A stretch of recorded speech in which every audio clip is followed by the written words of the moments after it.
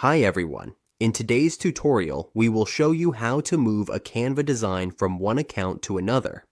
This is useful if you're switching accounts or need to share your work across different profiles. Let's get started. On your Canva project page, let's say we have a design and we want to share it with a teammate so they can help edit it. All we need to do is click the Share button in the upper right corner of the dashboard. Here, we will see the sharing options. We can click Add People to invite someone. Let's say we want to add a workmate. Once we finish typing their email, we need to choose their access level, can edit, can comment, or can view only. This depends on how much access we want to give them. We can also add a message. For example, "This is my project. Please help if you want." If we are a premium user, we can share and add them. We can also choose to be notified when they accept the invitation.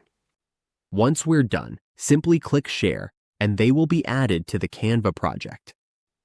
This method helps us transfer our Canva designs by sharing, downloading, or using template links. It keeps our work accessible and allows us to continue editing from another account. And that's how we move a Canva design from one account to another. It's a simple process that makes it easy to manage our designs across different accounts.